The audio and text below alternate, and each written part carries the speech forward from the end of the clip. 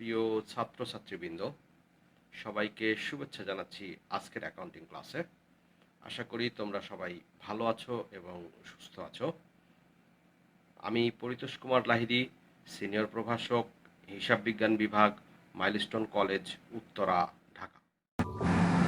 প্রিয় ছাত্রছাত্রীবৃন্দ, সবাইকে শুভেচ্ছা জানাচ্ছি আজকের অ্যাকাউন্টিং ক্লাসে। Welcome to our accounting class. তো বরাবরের মতো শুরুতে আমি আমার পরিচয়টা দিয়ে রাখি। আমি পরিতোষ কুমার লাহিড়ী, সিনিয়র প্রভাষক, হিসাব বিজ্ঞান বিভাগ, মাইলস্টোন কলেজ, উত্তরা, ঢাকা 1230। নিচেরটা আমার মেইল অ্যাড্রেস এবং তারপরেরটা আমার ফোন নাম্বার। তো এর আগের দিন আমি কথাটা বলেছিলাম, তো তারপরে খুব একটা সাড়া পাওয়া যায়নি। তো আজকে আরেকবার আমি কথাটা বলে রাখছি, যদি তোমাদের খুব বেশি জরুরি আমি বলছি না, তবে কষ্ট করে আমার চ্যানেলটা সাবস্ক্রাইব করে রাখো। যদিও ভিউ ব্যবসায়ীর মতো কথাবার্তা হয়ে যায় যে স্যার মনে হয় ভিউয়ের ব্যবসা করে, তা না। আমার চ্যানেলটা তুমি সাবস্ক্রাইব করে রাখো, তোমার নিজের জন্য সুবিধা হবে। পরবর্তীতে তুমি এখান থেকে অনেকগুলো সুবিধা পাবা, সেটা প্রয়োজনে অপ্রয়োজনে বিভিন্ন সময় তুমি এখান থেকে সুবিধা পাবা। আমি চেষ্টা করব তোমাদের সকল চ্যাপ্টারের ভিডিও আমি এখানে আপলোড করার। আশা করি মোটামুটি এখানে বেশ কিছু ডকুমেন্টস তোমরা পেয়ে যাবে। তো আজকে আমরা রেওয়া মিলের তৃতীয় লেকচার করব। রেওয়া মিল লেকচার নম্বর 3। আমরা এর আগে 1, 2 করেছি। 1 আর 2, 1 নাম্বারটা ছিল মূলত এমসিকিউ এর উপরে এবং 2 নাম্বারটা ছিল অঙ্কের প্রিপারেশন, অর্থাৎ আমরা 2 নাম্বার চ্যাপ্টারটাতে অঙ্ক প্রিপেয়ার্ড, মানে অঙ্ক চেষ্টা করেছি অঙ্কটা করার, বা চেষ্টা করেছি অঙ্কটা দেখার, বা কিভাবে অঙ্ক করতে হয় সেই বিষয়গুলো আমরা 2 নাম্বার চ্যাপ্টারে দেখেছি। তো আমরা এই চ্যাপ্টারে আজকে 2 নাম্বার লেকচারে দেখেছি। আজকের লেকচারে আমরা দেখব একটা অঙ্ক করব, শুরু থেকে শেষ পর্যন্ত একটা অঙ্ক আমরা শেষ করব। কি করে সেই অঙ্কটা করতে হয় সেটা আমরা দেখব। তাহলে আমরা চলে আসি। আমরা করব হচ্ছে 138 পৃষ্ঠার সৃজনশীল 1। তোমার বইয়ে যে 138 পৃষ্ঠা আছে, সেই 138 পৃষ্ঠার সৃজনশীল 1 নম্বর অঙ্কটা। তো আসো আমরা শুরুতে দেখি অঙ্কটাতে কি কি বলেছে। বলছে শিহাব অ্যান্ড ব্রাদার্সের 2017 সালের ডিসেম্বর মাসের খতিয়ান জের নিম্নরূপ। মানে শিহাব অ্যান্ড ব্রাদার্সের খতিয়ানের জেরগুলো নিয়ে 2017 সালের ডিসেম্বর মাসের খতিয়ানের জেরগুলো নিয়ে কিছু কিছু কথা বলেছে।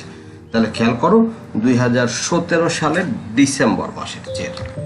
তো এবার আসো আমরা দেখি কি কি জেরের কথা বলা হয়েছে। বলা হয়েছে মূলধন 1,10,000 টাকা, হাতে নগদ দেখো 1,1,17 বলা আছে 15,000 টাকা, দেনাদার 25,000 টাকা, পাওনাদার 15,000 টাকা, উত্তোলন 10,000, ক্রয় 30,000, বিক্রয় 45,000, বিনিয়োগের সুদ 30,000, সমাপনী মজুদ 12,000, বিমা সেলামি 5,000, আমদানি শুল্ক 3,500, কমিশন প্রাপ্তি 2,000, বিনিয়োগ 30,000, ব্যাংক জমা সুদ 500, আসবাবপত্র 40,000, বিজ্ঞাপন 1,000, প্রারম্ভিক মজুদ পণ্য 25,000 এবং সমাপনী ব্যাংক জমা 6,000।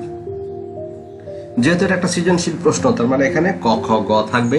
তাহলে কতে কি বলেছে? কতে বলেছে কোন কোন দফা রেওয়া মিলভুক্ত হবে না বা রেওয়া মিলে আসবে না, এই দফাগুলোর কথা বলেছে। খ নম্বরে বলেছে রেওয়া মিল প্রস্তুত করো, আর গ নম্বরে বলেছে মুনাফা জাতীয় আয় ও মুনাফা জাতীয় ব্যয়ের পরিমাণ দেখাও। সাধারণত তোমাদের পরীক্ষায় আমি যত পরীক্ষার প্রশ্ন দেখেছি, তাতে এই প্রশ্নগুলোই বারবার করে ঘুরে ঘুরে আসে। তাহলে আমরা ক নাম্বার থেকে স্টার্ট করি।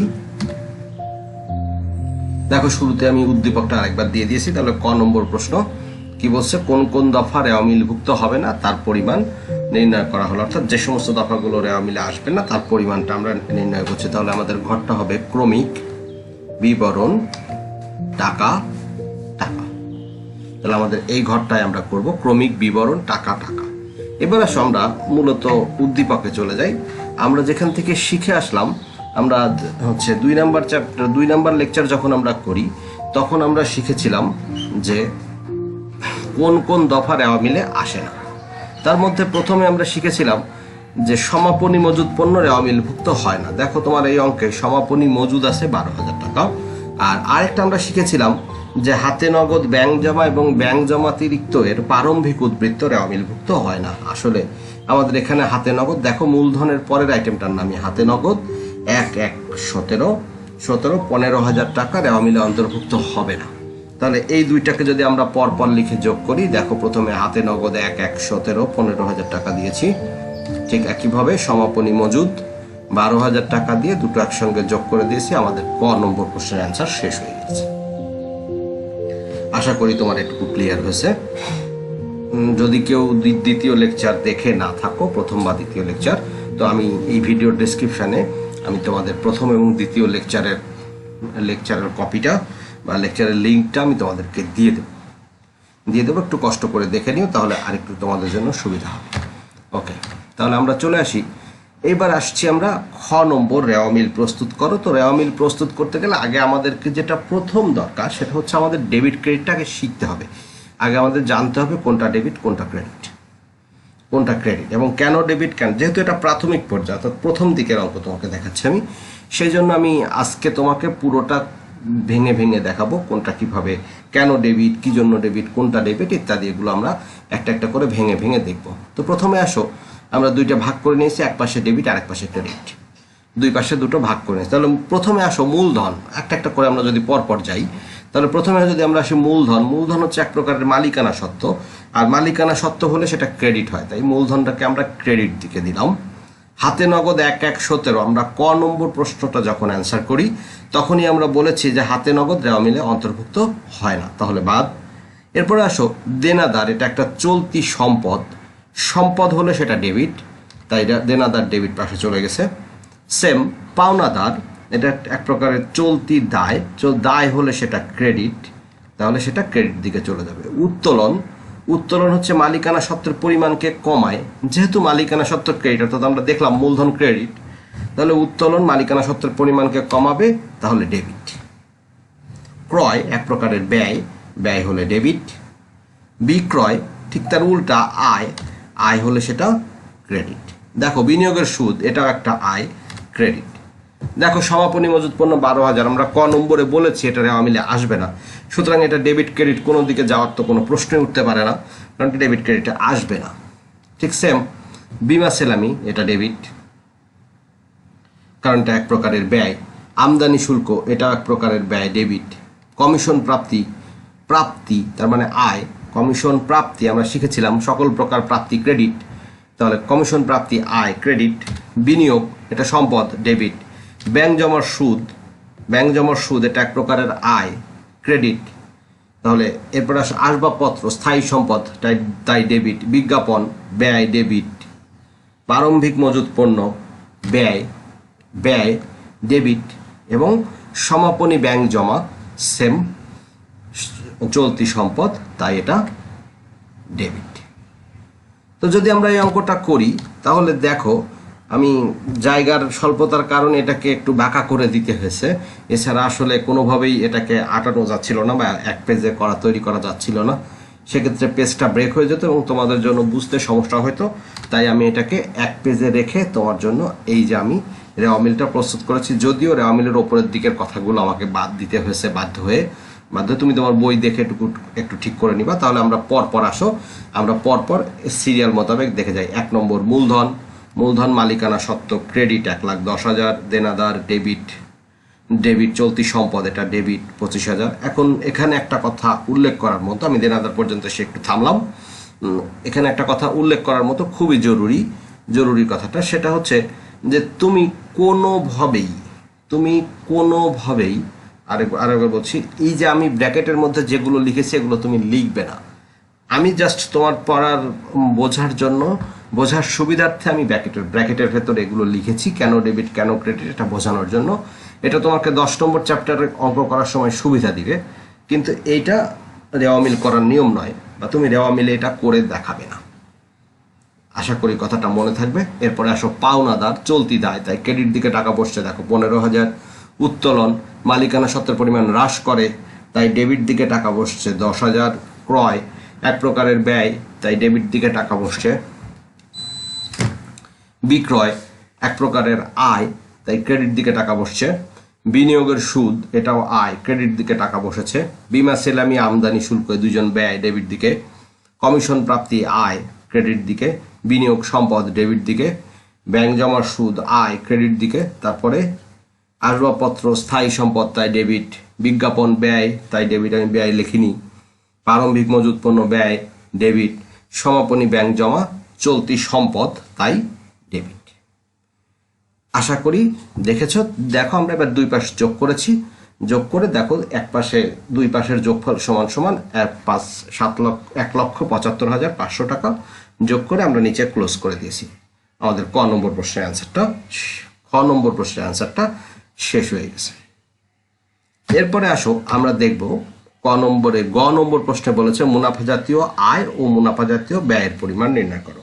আমরা ওখান থেকে আয়গুলোকে নিয়ে এসে পরপর বসিয়ে যদি দেই, ঠিক সেম ঘরটা হবে ক্রমিক বিবরণ টাকা, তারপরে মুনাফা জাতীয় আয় লিখে আমরা পরপর বসাই। দেখো বিক্রয় ওখানে আয়ের মধ্যে ছিল, যারা কিছুক্ষণ আগে খেয়াল করনি তারা আরেকবার একটু রিওয়ার্ড পেছন দিকে যে আরেকবার একটু দেখে আসো। বিনিয়োগের সুদ, এটা আয়। কমিশন প্রাপ্তি, এটা আয়। ব্যাংক জমার সুদ, এটাও আয়। তাহলে এই চারটা পরপর আয় লিখে যদি আমরা যোগ করে দেই তাহলে 50,500 টাকা হয়। আমাদের প্রথম দফার কাজ শেষ হয়ে যায়। ওকে, ঠিক এরপরে আসো মুনাফা জাতীয় ব্যয়ের পরিমাণ নির্ণয় করো। এইখানে আমি একটুখানি শর্টকাটের আশ্রয় নিয়েছি। তোমাদের বই বা অন্যান্য তোমরা যে সমস্ত গাইড বইয়ের সহযোগিতা নাও, সেই সমস্ত বইয়ের যেভাবে অঙ্কটা করা আছে সেভাবে না করে আমি একটু সহজভাবে করার চেষ্টা করেছি। তোমরা একটুখানি ভালোভাবে দেখে নাও। এর বাহিরেও আরো অনেক নিয়ম আছে, তবে এই নিয়মে অঙ্ক করলেও তোমার অঙ্ক কাটবে না। তবে এর বাহিরে আরো অনেক নিয়ম আছে, সেই নিয়মগুলোতে আমি গেলাম না, আমি এই নিয়মটাতেই আমি দেখাবো। তাহলে আসো মুনাফা জাতীয় ব্যয়, সেম ঘর আগের মতো, ক্রমিক বিবরণ 2টা টাকা।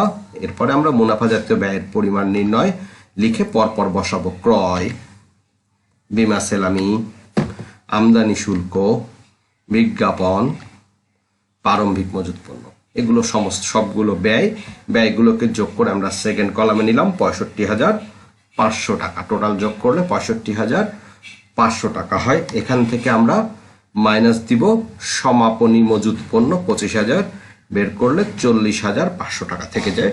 এটা আমাদের শেষ আইটেম। অর্থাৎ আমরা এখানে এভাবে করবো, অর্থাৎ এটা না করে অন্যভাবেও করা যায় এবং তোমাদের বইতেও অন্যভাবে করে দেওয়া আছে। আর বিভিন্ন গাইড বই দেখলে তুমি তো আরো পাবেই, যদি আমি গাইড বই দেখাকে সমর্থন করি না, তারপরে তোমরা যদি কেউ গাইড বই ফলো করো তাহলে দেখবা যেটা অন্যভাবে করা আছে, কিন্তু সবশেষে অ্যান্সার 40,500 টাকায় আসবে। সুতরাং কোনো ভুল হবে না। আশা করি তুমি এভাবে করলেও কোনো প্রবলেম হবে না। তো আমাদের আশা করি অঙ্কটা বুঝতে পেরেছো। যদি না বুঝে থাকো আরো একবার শুরু থেকে শেষ পর্যন্ত ভিডিওটা দেখো, তো আশা করি তুমি বুঝতে পারবা। তো আমরা আজকে চলে আসছি আমাদের ডেইলি ক্লাস ওয়ার্কে। তো আমি 2 নাম্বার অঙ্কটা তোমাদের করিয়ে দেব না, আগেই বলে রাখছি। তো তুমি 2 নাম্বার অঙ্কের ক নং প্রশ্ন, আমি জানি কি লেখা আছে, তুমি ক নাম্বার প্রশ্নটা একবার একটু করে দেখার চেষ্টা করো। ভুল হলে সমস্যা নেই, তুমি করে আমাকে পাঠাও, আমি ওয়েট করছি তোমাদের প্রশ্নের অ্যান্সারের জন্য।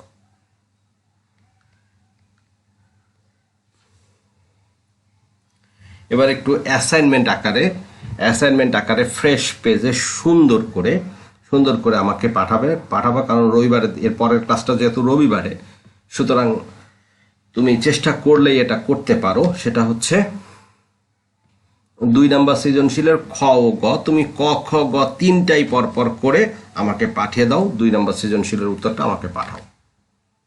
তো আমাদের ক্লাসের প্রায় শেষ পর্যায়ে আমরা, তো এখন সময় চলে আসছে তোমাকে থ্যাংক ইউ বলার। তো গুড বাই, সবাই ভালো থাকো। বর্তমান কোভিড পরিস্থিতিতে সবাই যে যার বাসায় থাকো, নিরাপদ থাকো। সবাইকে ধন্যবাদ।